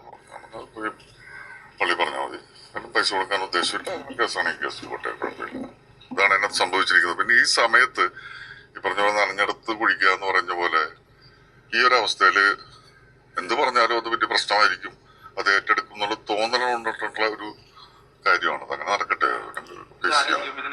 അതായത് ഈ നനഞ്ഞടം കുഴിക്കുക എന്നൊക്കെ ലാൽ ആ സമയത്ത് പറയാൻ കാരണം, നടി ആക്രമിക്കപ്പെട്ട കേസ് ഓൾമോസ്റ്റ് അതിൽ ബാക്കി പരിപാടികളൊക്കെ നടന്ന് കേസിൻ്റെ ഫർദർ ഇൻവെസ്റ്റിഗേഷൻ കഴിഞ്ഞ് ദിലീപിലേക്ക് കാര്യങ്ങൾ പോയി തുടങ്ങി. അങ്ങനെയൊക്കെ നിൽക്കുന്ന സമയത്താണ് കേട്ടോ ഈ കേസ് വരുന്നത്, ലാലിൻ്റെ ഈ സിനിമയും ലാലിൻ്റെ മകനെതിരെയും ബാക്കിയുള്ളവർക്കെതിരെയൊക്കെ. അപ്പം അങ്ങനത്തെ ഒരു കേസ് വരുമ്പോൾ ലാലിനിത് നനഞ്ഞടം കുഴിക്കുന്ന പരിപാടി എന്നുള്ള സ്കീമിലേക്കാണ് ലാലിത് കെട്ടിവെക്കുന്നത്. ഓക്കെ, അപ്പോൾ ഈ ടൈമിൽ അന്ന്, അതായത് നടി ആക്രമിക്കുന്നതിന് മുമ്പൊരു ലേഡിക്ക് സ്വന്തം മകൻ്റെ സെറ്റിൽ, അല്ലെങ്കിൽ അവനാനടക്കം അഭിനയിക്കുന്ന സെറ്റിൽ ഇങ്ങനൊരു ദുരനുഭവസ്ഥ അവിടെയുള്ളൊരു വ്യക്തി ഉണ്ട് എന്നുള്ളത് പുറം ലോകം അറിയുമ്പോൾ, അല്ലെങ്കിൽ അതിൽ എന്തെങ്കിലും രീതിയിൽ എന്തെങ്കിലും ലിങ്ക് ഉണ്ടാവുമെന്ന് മീഡിയ അന്വേഷിച്ച് ചെല്ലുമോ എന്നുള്ളതൊക്കെ ചിലപ്പോൾ ലാൽ ചിന്തിച്ചു കാണും. അതായത് ആരും അന്വേഷിച്ചൊന്നുമില്ല, ആരും അതിനെക്കുറിച്ച് കണക്ട് ചെയ്തതുമില്ല. ഈവൻ അന്വേഷണ ഉദ്യോഗസ്ഥരാണെങ്കിലടക്കം ഈ നടി ആക്രമിക്കപ്പെട്ട കേസും അല്ലെങ്കിൽ അതിൻ്റെ ഇൻവെസ്റ്റിഗേഷൻ്റെ ഭാഗമായിട്ടും ഈ ഭാഗങ്ങളൊന്നും തൊട്ടില്ല എന്നുള്ളൊരു സംഗതി എനിക്ക് പേഴ്സണലി തോന്നിയതാണ്. ഓക്കെ, അഡ്വക്കേറ്റ് മിനിയുടെ തന്നെ ഇൻ്റർവ്യൂവിലേക്കൊന്ന് പോവാം. ആ ജഡ്ജ്മെന്റിൽ വേറൊരു കാര്യം കൂടെ പറഞ്ഞില്ലേ, ബാലേന്ദ്രകുമാർ ദിലീപിന്റെ വീട്ടിൽ വെച്ച് പൾസർ സുനിയെ കണ്ടു, തോളത്ത് കൈയിട്ട് നിൽക്കുന്നു. ദിലീപും പൾസർ സുനിയും ബാലേന്ദ്രകുമാറും അനൂപും കൂടിയാണ് ചുമന്ന സ്വിഫ്റ്റിൽ ഇയാളെ എവിടേക്ക് കൊണ്ടാക്കി കൊടുത്തത്, ബസ് സ്റ്റോപ്പിൽ കൊണ്ടുകൊടുത്തത്. അപ്പോൾ പണത്തിന്റെ ഒരു കെട്ട് ആളുടെ ഉണ്ടായിരുന്നു. അങ്ങനെ എന്തുവാണ് മൊഴി. ഞാൻ ജഡ്ജ്മെന്റിൽ അത് അങ്ങനെയാണ്, ഇത് തെളിയിക്കാൻ പറ്റില്ല എന്നൊക്കെയാണ് കോടതി പറയണത്. ഈ കോൺസ്പിറസിയിലേക്ക് ഇത്രയും ഡയറക്റ്റായിട്ട് ഒരു വിറ്റ്നസ് പറഞ്ഞു കഴിഞ്ഞിട്ട് അതിനെങ്ങനെ നമ്മൾ സംശയിക്കണേ? അല്ലാത്തൊരു മൊഴി ഉണ്ടോ വേറെ? ഡിഫൻസിന് വേറെ എന്തെങ്കിലും മൊഴി ഉണ്ടോ? CCTV കൊണ്ടുവരേ, അന്നത്തെ ദിവസം CCTV കൊണ്ടുവരാ അവര് വീട്ടിലെ. സുനി അവിടെ വന്നിട്ടേ ഇല്ല എന്ന് പറയാൻ ഉണ്ടോ? അതൊരു ഡയറക്റ്റ് എവിഡൻസ് അല്ലേ സാർ? മാഡം, അത് ഡയറക്റ്റ് എവിഡൻസ് ആണ്. പക്ഷെ അത് അന്വേഷണ ഉദ്യോഗസ്ഥർ അന്വേഷിച്ചാൽ മാത്രമേ അത് എവിഡൻസ് ആയി മാറും. ഇല്ലെങ്കിൽ വെറും മൊഴിയായിട്ട് നിൽക്കും ബാലേന്ദ്രകുമാറിൻ്റെ. അങ്ങനെയാണല്ലോ കോടതിയിൽ. ഇപ്പോൾ നമുക്ക് വക്കീലന്മാരോട് പറഞ്ഞു കൊടുക്കേണ്ട കാര്യമില്ല. നമ്മൾ നോർമലായിട്ടുള്ള മനുഷ്യന്മാർ മനസ്സിലാക്കിയാൽ മതി. ചുമ്മാ ഒരാൾ ഒന്ന് മൊഴി പറഞ്ഞു പോയിട്ട് കാര്യമില്ല. ആ മൊഴിയെ സോളിഡിഫൈ ചെയ്യുന്ന രീതിയിലുള്ള കൃത്യമായ തെളിവുകൾ വേണം. ഇപ്പോൾ ഒരു വീട്ടിലേക്ക് ഒരു വ്യക്തി വന്നു പോയി ഇന്ന ടൈം ഫ്രെയിമിനകത്താന്ന് വന്ന് പറയുമ്പോൾ അത് CCTV ഉള്ള ഒരു ടൈമിലാണെന്നുണ്ടെങ്കിൽ ആ CCTV ഉള്ള സ്ഥലമാണെന്നുണ്ടെങ്കിൽ അത് കിട്ടണം. പ്രൂഫ് വേണം. വന്നു പോയതിന് പ്രൂഫ് വേണം. അതൊന്നും ഇല്ലാതെ ഈ ഇൻവെസ്റ്റിഗേഷൻ്റെ ഭാഗത്ത് ഈ ബാലേന്ദ്രകുമാർ നേരത്തെ ലാൽ മീഡിയനെ കുറിച്ച് അത് അന്വേഷിച്ചിട്ടില്ല. പൾസർ സുനി തോളത്തു കൂടി കഴിഞ്ഞിട്ട് കാറ് പോയി എന്ന് പറഞ്ഞാൽ അതിനെക്കുറിച്ച് അന്വേഷിച്ചിട്ടില്ല. അങ്ങനെയൊക്കെയാണ്. അല്ലെങ്കിൽ അതിന് തെളിവുകൾ ഇല്ലാന്നുണ്ടെന്നുണ്ടെങ്കിൽ പിന്നെ എങ്ങനെ കേസ് നിൽക്കും? അദ്ദേഹം പറഞ്ഞത് ദിലീപിനെ കണ്ടതിന് ശേഷം പൾസർ സുനി വീട്ടിൽ നിന്ന് പുറത്തേക്ക് ഇറങ്ങുമ്പോൾ അയാളുടെ കയ്യിൽ പണമുണ്ടായിരുന്നുവെന്നും പിന്നീട് ഒരു ചുവന്ന സ്വിഫ്റ്റ് കാറിൽ കയറി യാത്ര ചെയ്തു എന്നുമാണ്. ഇത് പ്രോസിക്യൂഷന്റെ വാദത്തിന് വിരുദ്ധമായിട്ടുള്ള കാര്യമാണ്. അതായത് ഒരിക്കൽ പോലും തമ്മിൽ ഫോൺ ചെയ്യുക പോലും ചെയ്യാതെ അതീവ രഹസ്യമായിട്ടാണ് പൾസർ സുനിയുമായിട്ടുള്ള ബന്ധം ദിലീപ് സൂക്ഷിച്ചത് എന്നുള്ളതാണ് പ്രോസിക്യൂഷന്റെ കേസ്. അങ്ങനെയെങ്കിൽ മറ്റുള്ള ആൾക്കാർ അവിടെ നിൽക്കുമ്പോൾ, ബാലചന്ദ്രകുമാർ അവിടെ നിൽക്കുമ്പോൾ എങ്ങനെയാണ് പൾസർ സുനിയുമായിട്ട് പരസ്യമായിട്ടുള്ള ഒരു ബന്ധത്തിന് ദിലീപ് തയ്യാറാകുന്നത് എന്നുള്ള ഒരു ചോദ്യമുണ്ട്. എന്തുകൊണ്ടാണ് അങ്ങനെ ഒരു വാഹനത്തിൽ അദ്ദേഹത്തിനെ കയറ്റിവിടുകയും ഒപ്പം ദിലീപിൻ്റെ സഹോദരനും ഒക്കെ തന്നെ ഉണ്ടാവുകയും ചെയ്യുക എന്നുള്ളതും പ്രോസിക്യൂഷന്റെ അതുവരെ കൊണ്ടുവന്നിരുന്ന കേസിൻ്റെ സ്ട്രക്ചറുമായിട്ട് ചേർന്ന് പോകുന്ന കാര്യമല്ല. തന്നെയുമല്ല, ആ സമയത്ത് അവിടെ മറ്റ് ചില ആൾക്കാർ കൂടി ഉണ്ടായിരുന്നു എന്നാണ് ബാലചന്ദ്രകുമാർ പറയുന്നത്. എന്നാൽ ആ മറ്റാൾക്കാർ ആരൊക്കെയാണ് എന്ന് അന്വേഷിക്കുന്നതിന് അന്വേഷണ സംഘം ഒരിക്കൽ പോലും ശ്രമിച്ചിട്ടില്ല എന്നുള്ളതും അങ്ങേയറ്റം കൗതുകകരമായിട്ടുള്ള ഒരു കാര്യമാണ്. അപ്പോൾ തികച്ചും രഹസ്യമായിട്ട് മാത്രമാണ് പൾസർ സുനിയുമായി ദിലീപ് കൂടിക്കാഴ്ച നടത്തിയിരുന്നത് എന്നതുമായി ബന്ധപ്പെട്ട് പ്രോസിക്യൂഷന് നാളിതുവരെ ഉണ്ടായിരുന്ന വാദത്തിനെ ഇവിടെ പ്രോസിക്യൂഷൻ തന്നെ ലംഘിക്കുന്നതാണ് നമ്മൾ കാണുന്നത്. തന്നെയുമല്ല, പ്രോസിക്യൂഷന്റെ കേസ് അനുസരിച്ച് ദിലീപും പൾസർ സുനിയും തമ്മിൽ ഏതാണ്ട് 7 സ്ഥലങ്ങളിൽ വെച്ചാണ് ഗൂഢാലോചന നടത്തിയിട്ടുള്ളത്. ഇവിടെ ദിലീപിന്റെ വീട്ടിൽ വെച്ച് ഇവർ രണ്ടുപേരും ഒന്നിച്ചുണ്ടായിരുന്നുവെങ്കിൽ, അവിടെ നിന്ന് പുറത്തേക്ക് പോകുന്ന സമയത്ത് പൾസർ സുനിയുടെ കയ്യിൽ പണമുണ്ടായിരുന്നുവെങ്കിൽ അത് മറ്റൊരു ഗൂഢാലോചനയായിട്ട് പോലീസിന് ലിസ്റ്റ് ചെയ്യാമായിരുന്നു. പക്ഷേ ബാലചന്ദ്രകുമാറിന്റെ വെളിപ്പെടുത്തലിൽ കൂടിയാണ് ഇത് അറിഞ്ഞത് എന്നല്ലാതെ അങ്ങനെ ഒരു കൂടിക്കാഴ്ചയെക്കുറിച്ച് പോലീസിനോ പ്രോസിക്യൂഷനോ അതുവരെ ഒരു അഭിപ്രായവും ഉണ്ടായിരുന്നില്ല. തന്നെയുമല്ല, പ്രോസിക്യൂഷൻ ഏറ്റവും കൂടുതൽ ആശ്രയിച്ച പൾസർ സുനിയുടെ തന്നെ സ്റ്റേറ്റ്മെന്റ് നോക്കിയാൽ അതിൽ മറ്റുള്ള 7 സ്ഥലങ്ങളിലുമുള്ള ഗൂഢാലോചനയെക്കുറിച്ച് അയാൾ കൃത്യമായിട്ട് പറയുന്നുണ്ട്. പക്ഷേ എന്തോ വിചിത്രമായ കാരണങ്ങളാൽ ദിലീപിന്റെ വീട്ടിൽ വെച്ച് 2016 ഡിസംബർ 25 നടത്തിയിരുന്ന ഈ കൂടിക്കാഴ്ചയെക്കുറിച്ചോ അന്ന് പണം കൈപ്പറ്റി എന്നീ കാര്യങ്ങളെക്കുറിച്ചോ പൾസർ സുനിയും അയാളുടെ സ്റ്റേറ്റ്മെന്റിൽ ഒരിടത്തും പറഞ്ഞിട്ടില്ല.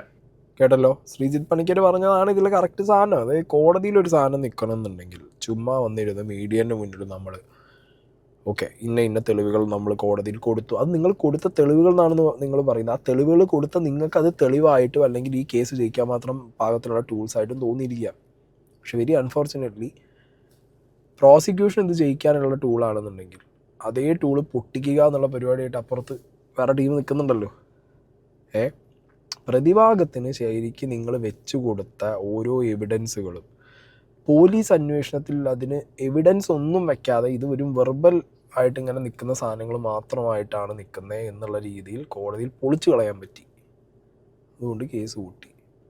ഈ മാഡം ഇതിൻ്റെ ഇൻ്റർവ്യൂവിൽ പല സ്ഥലങ്ങളിലായിട്ട് പറയുന്നുണ്ട് ഇതിൻ്റെ അന്വേഷണ ഉദ്യോഗസ്ഥരുടെയൊക്കെ ഭയങ്കരമായിട്ടുള്ള വിശ്വാസമുണ്ട് മാഡത്തിന് എന്നൊക്കെ. അങ്ങനെ വിശ്വസിച്ചിരുന്നെങ്കിൽ അവർ കൃത്യമായി അന്വേഷിച്ചിരുന്നെങ്കിൽ ഈ കേസ് ഇങ്ങനെ ആയിരുന്നില്ല എന്ന് മനസ്സിലായില്ലേ. ഇതിലൊരു പ്രോപ്പറായിട്ടുള്ള ഇൻവെസ്റ്റിഗേഷൻ നടന്നിട്ടില്ല എന്നുള്ളതാണ് ഇതിൻ്റെ സത്യം. ഓക്കെ, പിന്നെ ഈ മാഡം ഈ മെമ്മറി കാർഡിൻ്റെ കേസിലാണ് ഇരയായ നടിക്കൊപ്പം ഈ കേസ് ഏറ്റെടുത്ത് ആ കേസാണ് വാദിച്ചതെന്നും അതിലാണ് നിങ്ങൾ ഹൈക്കോടതിയിൽ പോയത്. അതിൽ ഹൈക്കോടതിയിലും സുപ്രീം കോടതിയിലൊക്കെ പോയിട്ട് നിങ്ങൾ അവിടുന്ന് അതിനെന്ത് ചെയ്തു, ഈ നടിക്ക് ഫേവറബിൾ ആയിട്ടുള്ളൊരു അറ്റ്മോസ്ഫിയർ ക്രിയേറ്റ് ചെയ്ത് കൊണ്ടുവന്നു എന്നൊക്കെയാണ് നിങ്ങൾ ഇൻ്റർവ്യൂവിൽ പറയുന്നത്. മെമ്മറി കാർഡിന്റെ ഇഷ്യൂ എന്താണെന്ന് ഒരാൾക്കും അറിയില്ല. ഈ memory card individual hash value മാറിയിട്ടില്ല എന്നൊക്കെ പറയുന്ന ആൾക്കാരുണ്ടല്ലോ, ഒരു വിവരവും അതിനെക്കുറിച്ച് ഇല്ലാതെയാണ് സംസാരിക്കുന്നത്. മനസ്സിലായ? ഈ ദുർഭാഗത്ത് നിൽക്കുന്ന ആളുകളെ അവര് ആരും എന്തൊക്കെ എഴുതുമ്പോ അതിന്റെ ഇടയിലൊക്കെ വന്നിട്ട് മെമ്മറി കാർഡിന്റെ ഇൻഡിവിജ്വൽ ഹാഷ് വാല്യൂ മാറിയില്ലല്ലോ എന്നുള്ള അവരുടെ വിചാരം എന്താ വെച്ചാല് ഈ മെമ്മറി കാർഡ് കണ്ടവർ സീൻ കാണാനാണ് കണ്ടതെന്നുള്ളതാണ്. കേസിനെ സംബന്ധിച്ച് അതിന്റെ ഇമ്പോർട്ടൻസ് എന്താ അറിയാമോ? ഈ കേസിലെ ഏറ്റവും പ്രധാനപ്പെട്ട തെളിവ് എന്ന് പറയുന്നത് മെമ്മറി കാർഡാണ്. ഈ 6 പ്രതികളെ ശിക്ഷിച്ചില്ലേ, ആ എന്റെ ഫൈറ്റ് കൊണ്ട് മാത്രമാണ് ആ 6 പ്രതികൾ ശിക്ഷിച്ചത്. ആ മെമ്മറി കാർഡ് ഹാഷ് വാല്യൂ മാറിയ മെമ്മറി കാർഡ് ആയിരുന്നു മാർക്ക് ചെയ്തത്. ഈ മെമ്മറി കാർഡിന്റെ ഹാഷ് വാല്യൂ ഇങ്ങനെ ഇട്ട് കണ്ട ചില ആളുകൾക്ക് ഒന്നും വിവരമില്ല. ഹാഷ് വാല്യൂ മാറിക്കഴിഞ്ഞാൽ ഇട്ട് കണ്ടു എന്ന് തിരിച്ചറിഞ്ഞ മനസ്സിലാക്കിയ പ്രതി ഈ ഹാഷ് വാല്യൂ മാറിയ മെമ്മറി കാർഡ് കാണണമെന്നും അത് സ്റ്റേറ്റ് FSLന് അവർക്ക് വിശ്വാസമില്ല എന്നും പറഞ്ഞു സെൻട്രൽ ലാബിലേക്ക് അയപ്പിച്ചു. ആ സെൻട്രൽ ലാബിലേക്ക് അയപ്പിച്ച അതില് സ്വാഭാവികമായും മാറിയ ഹാഷ് വാല്യൂ ആയിരിക്കും ഉണ്ടാവാം, അല്ലെ? പുതിയത് കൊണ്ടുവച്ചത് ഉണ്ടാവില്ലല്ലോ, മാറിയ ഹാഷ് വാല്യൂ. അപ്പൊ അതില് ബഹുമാനപ്പെട്ട സുപ്രീം കോടതിയിലെ ഒരു ജഡ്ജ്മെന്റ് ഉണ്ടായിരുന്നു, ഒരു വാചകം, ഇത് ഡിഫൻസിന് മാത്രമേ ഉപയോഗിക്കാൻ പാടുള്ളൂ. എന്ത് ചെയ്തു എന്നറിയാമോ? ഈ കിട്ടിയ റിസൾട്ട് ഡിഫൻസ് വക്കീല് കോടതിക്കും കൊടുത്തിട്ടില്ല, പ്രോസിക്യൂഷനും കൊടുത്തിട്ടില്ല, ഡിഫൻസിൽ ഹാജരാക്കിയുമില്ല. മനസ്സിലായി? അപ്പൊ ഇത് കാണുക എന്നതല്ല പ്രാധാന്യം. ഈ കേസില് അതിന്റെ തെളിവിൽ ടാമ്പറിങ് വരുന്നു എന്നുള്ളതും ആ തെളിവ് നശിച്ചു പോയാൽ പൾസർ സുനി അടക്കം ഈ കേസിൽ നിന്ന് രക്ഷപ്പെടും എന്നുള്ളതായിരുന്നു അതിന്റെ പ്രാധാന്യം. ഈ മാഡം വീണ്ടും മെമ്മറി കാർഡ് അതിൻ്റെ വിഷയങ്ങൾ ഇതിനടിയിൽ ഈ മാഡത്തിൻ്റെ ഈ ഒരു പെർട്ടിക്കുലർ വീഡിയോൻ്റെ അടിയിൽ വന്നിട്ടുള്ള ഒരു കോമൻറ്റ് ഞാനിവിടെ വയ്ക്കാം. വളരെ ഡീറ്റെയിൽ ആയിട്ട് മെമ്മറി കാർഡിലെ ഹാഷ് വാല്യൂ എങ്ങനെ മാറിയത് എങ്ങനെ കോടതി എടുക്കും, അതെങ്ങനെ ഈ കേസിൽ കൊണ്ടുവരും എന്നുള്ളത് ഇതിന് മുമ്പ് നമ്മൾ ഡിസ്കസ് ചെയ്തിട്ടുണ്ട്. ഓക്കെ, ശ്രീജിത്ത് പണിക്കൊരു ഡീറ്റെയിൽ വീഡിയോ അതിനെക്കുറിച്ച് ചെയ്തിട്ടുണ്ട്. ഈ കമൻറ്റ് കൂടി നിങ്ങളൊന്ന് വായിച്ചു നോക്കണം. ഞാൻ പറയുമ്പോൾ ഇത് മെമ്മറി കാർഡിൻ്റെ ഹാഷ് വാല്യൂ മേ ബി ഞാൻ കഴിഞ്ഞ വീഡിയോയിലൊക്കെ പറഞ്ഞ പോലെ പ്രതിഭാഗത്ത് നിൽക്കുന്ന ആളുകൾക്ക് ഇതേപോലുള്ളൊരു ഗിമിക്ക്, അതായത് ഇതിൻ്റെ ഹാഷ് വാല്യൂ ചേഞ്ച് ആക്കുന്ന രീതിയിലുള്ളൊരു ഗിമിക്ക് ഉണ്ടാക്കി വെച്ച് കഴിഞ്ഞാൽ കേസ് മുന്നോട്ട് തള്ളി കൊണ്ടുപോകാൻ പറ്റും കുറേ കാലം. പിന്നെ ആ മെമ്മറി കാർഡിൻ്റെ ഒരു ക്രെഡിബിലിറ്റിയും പൊട്ടിക്കാൻ പറ്റും. പക്ഷെ ഓൾറെഡി ആ മെമ്മറി കാർഡിൻ്റെ ക്രെഡിബിലിറ്റി എന്ത് എന്നുള്ളൊരു ചോദ്യം അവിടെ ഉണ്ട്. ആ ഫോണ് കണ്ടെത്തിയിട്ടില്ല. പൾസർ സുനി എന്ന് പറഞ്ഞ വ്യക്തിയുടെ മൊഴിയുടെ മുകളിൽ പല കേസുകളും ഇവരെടുത്തിട്ടുണ്ട്, പലരെയും പിടിച്ച് പ്രതിയാക്കിയിട്ടുണ്ട്, പല അന്വേഷണവും പല രീതിയിലുള്ള മൊഴിയെടുക്കലും ഇവർ നടത്തിയിട്ടുണ്ട്. എന്നാൽ പോലീസിനോടും പോലും പറയാത്ത കാര്യം റിപ്പോർട്ടർ ചാനലിനോട് പോയിട്ട് ഇത് 3 മെമ്മറി കാർഡിൽ കോപ്പി ചെയ്തു എന്ന് പറഞ്ഞ പൾസർ സുനിയുടെ 3ാമത്തെ മെമ്മറി കാർഡ് കണ്ടുപിടിക്കാൻ വരെ പോലീസുകാരിവിടെ പോയിട്ടില്ല. അന്വേഷണ ഉദ്യോഗസ്ഥർ ഫോണോ കണ്ടുപിടിച്ചില്ല. ഇനി 3ാമതൊരു ഐറ്റം, അതായത് കോടതിയുടെ കയ്യിലും ഇനി വക്കീലന്മാരുടെ കയ്യിലും അല്ലാതെ 3ാമതൊരു ഐറ്റം എൻ്റെ കയ്യിൽ ഇരിക്കുന്നുണ്ട്. ഈ സാധനം എന്ന് പറയുമ്പോൾ അതൊരു ബോംബ് പരിപാടിയില്ലേ. എപ്പോൾ വേണേൽ ഇവന് പുറത്ത് 10 കൊല്ലം ഇനി ഇവന് ചിലപ്പോൾ അത് അകത്ത് കിടക്കേണ്ട ആവശ്യമുള്ളൂ. ഇവ ഇത് കഴിഞ്ഞ് പുറത്തിറങ്ങിയിട്ട് ഇവനോ ആണ് എന്ന് പോലും അറിയിക്കാതെ ഇവൻ ഈ ഏതെങ്കിലും വഴിക്ക് ഈ സോഴ്സിൽ ഈ നടിയെ മോശക്കാരിയാക്കാൻ വേണ്ടി ഈ സാധനം എടുത്ത് പുറത്തിട്ട് കഴിഞ്ഞാൽ അത് അന്വേഷിക്കാൻ എന്തുകൊണ്ട് കോടതി പറയുന്നില്ല? അല്ലെങ്കിൽ അന്വേഷണ ഉദ്യോഗസ്ഥർ അന്ന് എന്തുകൊണ്ട് ഇവന് ഇഞ്ചപ്പരമൊന്നും ഇടിയൊന്നും ഞാൻ പറയുന്നില്ല. ഒന്നും ഓക്കെ, എന്തുകൊണ്ട് ഇവനെ അന്വേഷിച്ച് ആ സാധനം ഫോണോ കണ്ടുപിടിച്ചില്ല? ഈ 3ാമതൊരു മെമ്മറി കാർഡ് ഉണ്ടെന്ന് ഞാൻ കണ്ടുപിടിക്കണ്ടേ? പോലീസിനോട് കൂടിയും പറയാത്തതാണ് റിപ്പോർട്ടർ ചാനലിനോട് പോയി പറഞ്ഞത്. അപ്പം മൊഴി മാറ്റി പറയും, അപ്പോൾ ഈ ചോദ്യം ചെയ്യലിൽ പറഞ്ഞ തന്നെ മാറ്റിയും തിരിച്ചും പറയും. ഒട്ടും വിശ്വസിക്കാൻ പറ്റാത്ത ഒരു ക്രിമിനലായിട്ടുള്ള ഒരു വ്യക്തി. അയാളെ കൊണ്ട് ക്രിമിനൽ ആണെന്നുണ്ടെങ്കിൽ അയാളെ കൊണ്ട് ക്രൈം എങ്ങനെ ചെയ്തത്, അല്ലെങ്കിൽ എന്താണ് അതിൻ്റെ മോട്ടീവ് എന്നുള്ളത് പറയിപ്പിക്കാന്നല്ല പോലീസ് ചെയ്യേണ്ടേ. ഇവിടെ അങ്ങനത്തെ ഒരു തരത്തിൽ ഒരു എന്താ പറയുക, പോലീസിനൊരു ഇത് വേണമല്ലോ ഇവിടെ. അവരൊന്ന് ഇനീഷ്യേറ്റ് ചെയ്യണ്ടേ, അങ്ങനെ പറയിപ്പിക്കാൻ ഈ പ്രതിയെ കൊണ്ട്. അങ്ങനത്തെ ഒന്നും നടന്നിട്ടില്ല. അവൻ പറയുന്ന കാര്യങ്ങളൊക്കെ ദൈവവാക്യം എന്ന് പറഞ്ഞിട്ട് അതിൻ്റെ പിന്നാലെ പിടിച്ചുകൂടി കുറേ 8ാം പ്രതിനെ പിടിച്ച് ഇതിൽ മെയിനാക്കാൻ വേണ്ടി നോക്കി. അത് നടന്നില്ല, അത് പൊട്ടി. എന്നാൽ പിന്നെ 1ാം പ്രതിയായിട്ടുള്ള പൾസർ സുനിക്ക് കൃത്യമായിട്ട് ജീവപര്യന്തം കോന്നച്ചാമിക്ക് കിടന്ന പോലെ ഒരു ഒറ്റ ഐസൊലേറ്റഡ് സെല്ലിലേക്ക് കൊണ്ടുപോകാൻ പറ്റുന്ന രീതിയിലുള്ള തെളിവുകൾ ഉണ്ടാക്കി വെച്ച് ഇവനകത്തിടാൻ വേണ്ടി നോക്കാം. അതും നടന്നില്ല, ഒന്നും നടന്നില്ല. അപ്പോൾ ഇതിൻ്റെ ഒരു കൺക്ലൂഷൻ, ഒരു നറേറ്റീവ് ഫേസിലേക്ക് വരുമ്പോൾ ഞാൻ പറയുകയാണ്, ഞാൻ അന്ന് പറഞ്ഞൊരു കാര്യമുണ്ട്. മേ ബി ഇതിലൊരു വ്യക്തി അന്ന് ഞാൻ പറഞ്ഞല്ലോ ഇതിൽ കുറേ പേപ്പർ സൈൻ ചെയ്ത് മേടിച്ചു എന്നുള്ളൊരു സാധനം ഉണ്ടായിരുന്നു. ഈ പൾസർ സുനി കുറച്ച് ഡോക്യുമെൻറ്റ്സിൽ ഒപ്പിടിച്ചു എന്നുള്ളത്. അതൊക്കെ കുറച്ച് സമയം മാത്രം കേട്ടിട്ട് പിന്നെ എവിടെയും വരാത്തൊരു സാധനമാണ്. പൾസർ സുനി ഒരു വീടിൻ്റെ മതിൽ ചാടിപ്പോയി എന്നുള്ളൊരു ഐറ്റം ഉണ്ട്. ഓക്കെ, ആ വീട് ഏതാ നാട് ഏതാണെന്ന് ആർക്കും അറിയില്ല. ഞാനിപ്പോൾ അതിൻ്റെ പിന്നാലെയാണ്. അറിഞ്ഞാലല്ലെന്ന് ഞാൻ പറയുന്നുണ്ട്. ഓക്കെ, അതാണ് കേട്ടെ. പിന്നെന്താണെന്ന് വെച്ച് കഴിഞ്ഞാൽ ഓക്കെ, ഒരു ബിനാമി സെറ്റപ്പിന് വേണ്ടിയിട്ട് അല്ലെങ്കിൽ ബിനാമി സെറ്റപ്പിലുള്ളൊരു സാധനം തിരിച്ച് കിട്ടാൻ വേണ്ടിയിട്ട് ഒരു പക്ഷേ, ഞാൻ പറയുന്ന നാറേറ്റീവ് ശരിയാവണമെന്നൊന്നുമില്ല, അല്ലെങ്കിൽ ഇത് ക്ലിയർ ആവണമെന്നുമില്ല, ഒരു പക്ഷേ ഒരു സാധനം അത് കൊടുത്തു, ഇവൻ അത് ചെയ്യാൻ വേണ്ടി, അങ്ങനെ ഇവൻ അത് ചെയ്ത് ശീലമുള്ള ഒരുത്തനായതുകൊണ്ട് അത് ചെയ്യാൻ വേണ്ടി പോയി. അപ്പുറത്തെ സൈഡിൽ നിന്ന് വേറൊരു കൊട്ടേഷൻ വരികയാണ്, ഈ എന്തായാലും ഇത് ചെയ്യാൻ പോവാണ്, അത് അറിയാം, ഇവൻ ഇങ്ങനെ ഇത് ചെയ്യാൻ പോവാണെന്നുള്ളത് അറിഞ്ഞുകൊണ്ടുള്ളൊരു ടീം അപ്പുറത്തിരിക്കുന്നുണ്ട്. അപ്പം എ കൊടുത്ത കൊട്ടേഷൻ ഈ പറഞ്ഞ സി ആണ് പൾസർ സുനി. എ കൊടുത്ത കൊട്ടേഷൻ, എ ആരാന്നൊന്നും ഞാൻ പറയില്ല, എ കൊടുത്ത കൊട്ടേഷൻ സി എന്ന് പറഞ്ഞ പൾസർ സുനി ബിയോട് പങ്കുവെച്ചിരുന്നെങ്കിൽ, ലെറ്റ്സ് ബിയും ബിൻ്റെ ടീമിനോടും പങ്കുവെച്ചിരുന്നെങ്കിൽ, എ എന്ന് പറഞ്ഞ ആൾ കൊടുത്ത കൊട്ടേഷൻ സിയോട് വെറുതെ ഡോക്യുമെൻറ്റ്സ് ഒപ്പിടിപ്പിച്ച് കൊണ്ടുവരാം, ഒന്ന് പേടിപ്പിച്ച് ഡോക്യുമെൻറ്റ്സ് കൊണ്ടുപോകാം.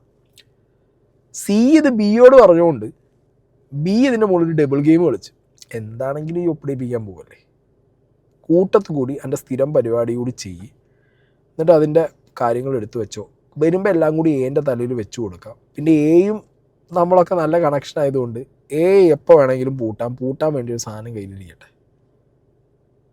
അങ്ങനെയാണെങ്കിലോ അങ്ങനെ ആവാലോ. എന്നാൽ ഈ ആസ്പെക്റ്റിൽ ഒരു അന്വേഷണം നടന്നിട്ടില്ല. മനസ്സിലായി? സിയും ബിയും തമ്മിലുള്ള കണക്ഷൻ എന്താണെന്നുള്ളത് ഇപ്പോഴും അന്വേഷിച്ചിട്ടില്ല. അതിനൊരു കണക്ഷൻ ഉണ്ടോ എന്നുള്ളത് ആരും അന്വേഷിച്ചിട്ടില്ല. എയും ബിയും തമ്മിലുള്ള കണക്ഷനെ കുറിച്ചിട്ടും ആർക്കും ഒന്നും പറയാനില്ല. അങ്ങനെ ആകമൊത്തം നോക്കിക്കഴിഞ്ഞാൽ പോലീസുകാരെ അന്വേഷിച്ച് കുളമാക്കി വെച്ച കേരളത്തിലെ വേറൊരു കേസ്. നല്ല അടിപൊളി ഓഫീസർമാർ ഉള്ള ഒരു ഡിപ്പാർട്ട്മെൻറ്റാണ് നമ്മളത്. അത് ഈ പറഞ്ഞ മാതിരി വലിയ പ്രഷറൊന്നുമില്ല, രാഷ്ട്രീയ കൈകടത്തലുകളില്ല, ബമ്പന്മാരുടെ പൈസ ഇറക്കലില്ല. അങ്ങനെയൊക്കെ നോക്കിക്കഴിഞ്ഞാൽ അടിപൊളിയായിട്ട് അന്വേഷിച്ച് സാധനം തീർക്കും. പക്ഷെ വെരി അൺഫോർച്ചുനേറ്റ്ലി ഈ കേസിൽ അത് ഉണ്ടായിട്ടില്ല. ഈ കേസിൽ ആർക്കൊക്കെയോ വേണ്ടി ഈ കേസ് പല ഫേസിലായിട്ട് അട്ടിമറിക്കുകയാണ് ഉണ്ടായത്.